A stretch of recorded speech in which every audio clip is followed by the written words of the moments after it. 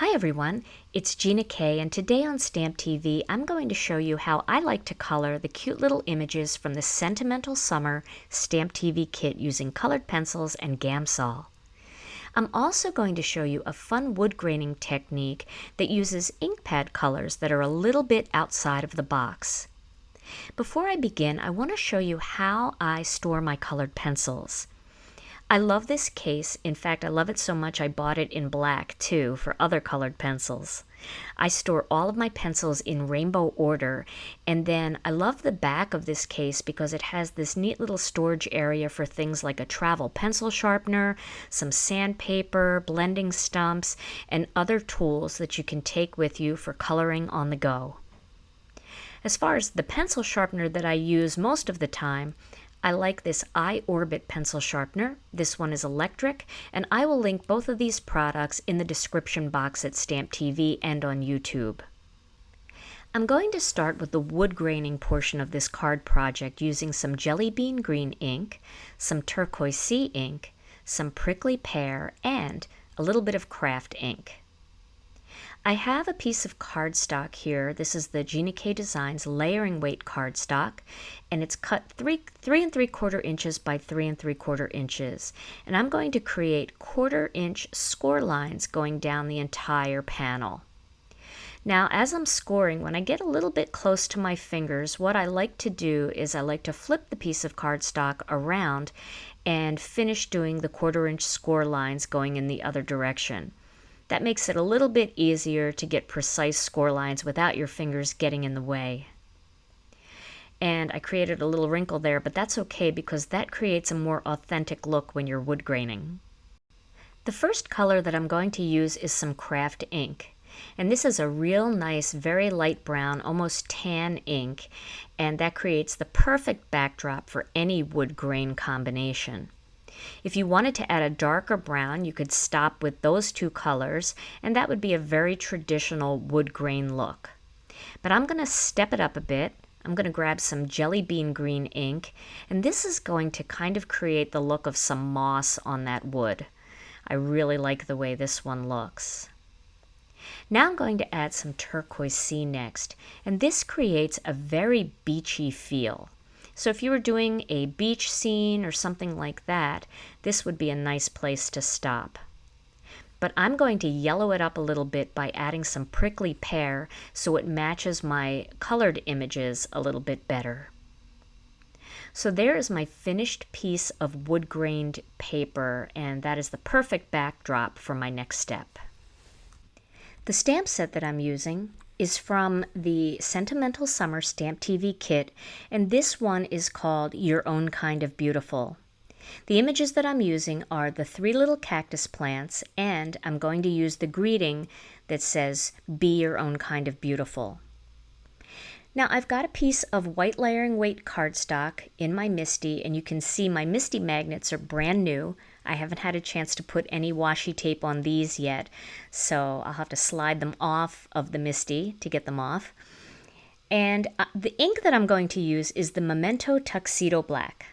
So I'm going to ink that up real well. I really like the Memento Tuxedo Black ink because it's a good all-purpose ink for whether you're using colored pencils or you're going to use Copic markers.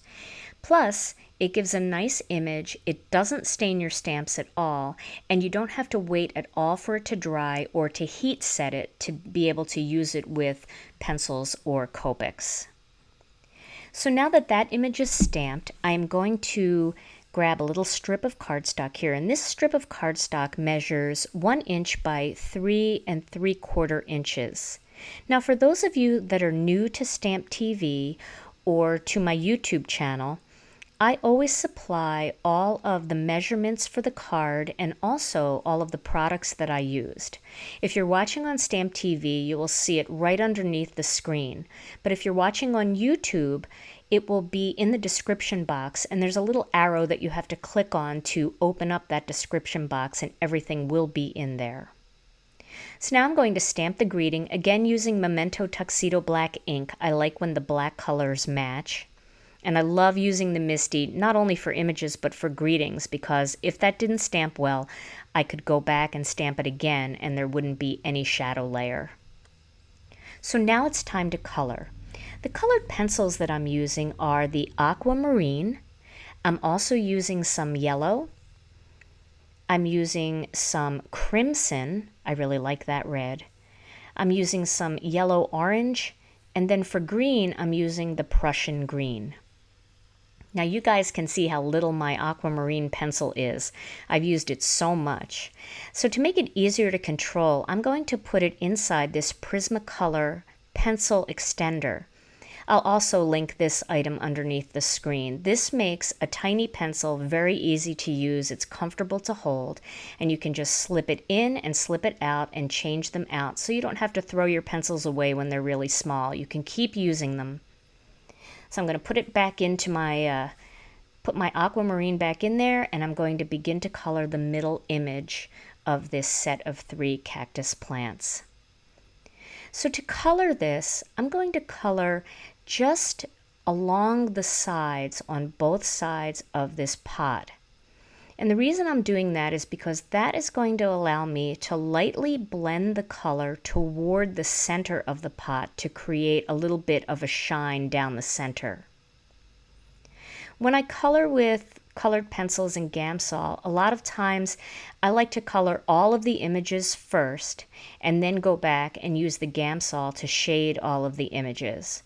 Then of course you can go back and add a little more colored pencil into places that you want a little bit darker, but it's kind of fun to get all of the color down and then to go back with the blending stumps and just do all of the shading all at once. Also, when I color an image that has more than one little images in it, a stamp that has more than one little image in it, I like to do colors across all 3 images. For example, I like to add a little bit of that aqua color in all 3 pots to make them coordinate. And I also like to stick with the same greens if I'm using greens for different plants. I like to at least have 1 or 2 greens that are consistent in all of the plants. This way everything coordinates and it looks a lot better to the eye. And you can see now for the cactus plants, I'm just coloring around the perimeter of each of these little segments to create some green there that then can be pulled toward the center of each segment with the blending stump and Gamsol. So now I'm going to use some of the yellow, and you can see right here that little tiny point just broke off of my yellow. It was super sharp, and if that happens, just brush it away. It was almost over sharp, but it's certainly sharp enough to use the way it is right now. So I'm going to continue to color using the different colors. My next color is going to be the orange, and for this one I'm just going to color kind of on an angle down the side and across the top in the one corner, and then the same thing in the other corner. I did a little bit across the top, across the bottom, and just down the side. And then for the red, I'm going to add a little bit of red on this pot on the far right, and then I'm going to add a little bit of red to the flower, so this way the red is in 2 different spots as well. So once I'm finished coloring all of that, it's going to be time to shade. And I'm just adding a little bit of aquamarine in the center of that flower for a pop of color. I like to store my Gamsol in these little jars by Ranger, and then I have 3 blending stumps for this project. Now you can see I have a little bit of color on the top of that one, so I'm going to use some sandpaper to clean that off. This little sandpaper tool was in a Stampendous Inky Antics kit, and I will, if I can find that, I will link that underneath the screen as well. And you can see as I'm cleaning that blending stump, I'm turning it to keep the point nice and sharp, but just to remove the color. So now I'm going to grab that Gamsol and I'm going to saturate the tip of the blending stump. When you get a brand new blending stump, make sure you file it before you use it. You want to make it a little more porous so it can grab the Gamsol. So now I'm going to grab a little bit of the color by rubbing it with the blending stump and then pushing it toward the center. Colored pencils in Gamsol, this technique feels a lot different than working with Copic markers. So if you've never tried it, you really should try it. It's very fun. The one thing that I love about colored pencils is you can be so precise and you don't have to worry about color bleeding like you do with markers. When you color with markers, the markers are wet and they naturally just kind of spread out just a little bit. Colored pencils don't do that. They just stay where you put them, and even when you use the Gamsol, unless you actually move the color with the blending stump, it's still going to stay in one place, so you don't get any bleeding that way. The other thing that's really fun about colored pencils in Gamsol is you can get kind of a watercolory look, but you're not using water, so you don't have to worry about what kind of paper you're using, and your paper will never warp using this technique. So that makes it great for kind of stamping and coloring on the go. You don't need a heat tool to dry things, and if you pick up these little Ranger jars, it's a great way to transport the Gamsol from place to place. So I did pick up a new blending stump when I moved to the next color here.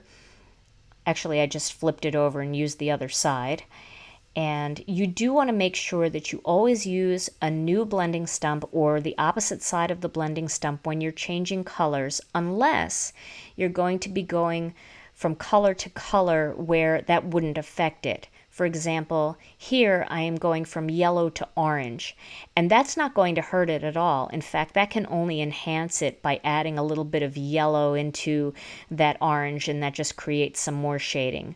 But if you are going to use colors like purple and then go to yellow, you should use a new blending stump or you're going to end up with brown. So kind of be a little bit aware of the different colors that you're blending. And if you need to change the stump or you need to flip it over and use a different side, make sure you do that so you don't ruin your colors. So now I have the red done, and I'm going to work on the flower here. Just in a circular motion, I'm going to keep working around the flower until I get all the way toward the center.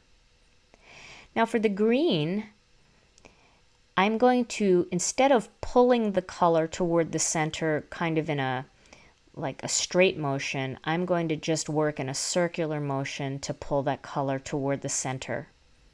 I really like the Prussian green colored pencil because it's got a little bit of a yellow undertone, and it is just the perfect color for when you want to color any kind of foliage, like a cactus plant or leaves and vines, things like that. It's a great base color, and you can always add a little bit of other color to it. You can add a darker green to the outside. You can add a yellow or a brown in the center, and it's just a great all-purpose green. So if you are buying open stock pencils, I would highly recommend Prussian green for your collection. So now for these longer leaves, I'm going to still work in a circular motion, but I'm just going to go up and down the sides and just work it toward the center. I'm not going around the entire design. And then for these last little cactus segments, I'm doing what I did in the first cactus. So now those are all colored, and now I'm going to show you how you can add just a little bit of an additional color here. I'm grabbing that yellow pencil and I'm very lightly just shading into that whiter area in the center just to create a little bit of a different look in the middle plant versus the two end plants. Now it's time to cut out my design, and the die that I'm using coordinates with the 3 little cactus plants from the Your Own Kind of Beautiful stamp set, and these dies are all included in the Sentimental Summer Stamp TV kit. I'm going to cut that using my Cuttle Bug, but our dies are wonderful. They will work with just about any die cutting machine that's out on the market. And you can see how nicely that image fell right out of that piece of cardstock. So now it's time to assemble the card. I have my wood-grained background, and you can see that lightened up a bit, and you can see a lot more of the green and the prickly pear in there. And I'm going to just add a little bit of tape to the back and adhere that panel onto a piece of black onyx cardstock. And once again, all the measurements for these cards will be underneath the screen at Stamp TV and in the description box at YouTube. For the greeting, I'm going to adhere this white strip to a black strip. And you can see that this is actually going to go all the way to the edge on the black strip, so that when I adhere it to this panel, I'm actually using the black border from my wood-grained piece. And then that's all going to adhere together like that. So I'm going to pop these up using some foam squares. I'm just going to add about 4 of them to the back of this die-cut piece, and then peel off the little liners and adhere that onto the card. And these foam squares are very sticky, and they will hold your project together very well.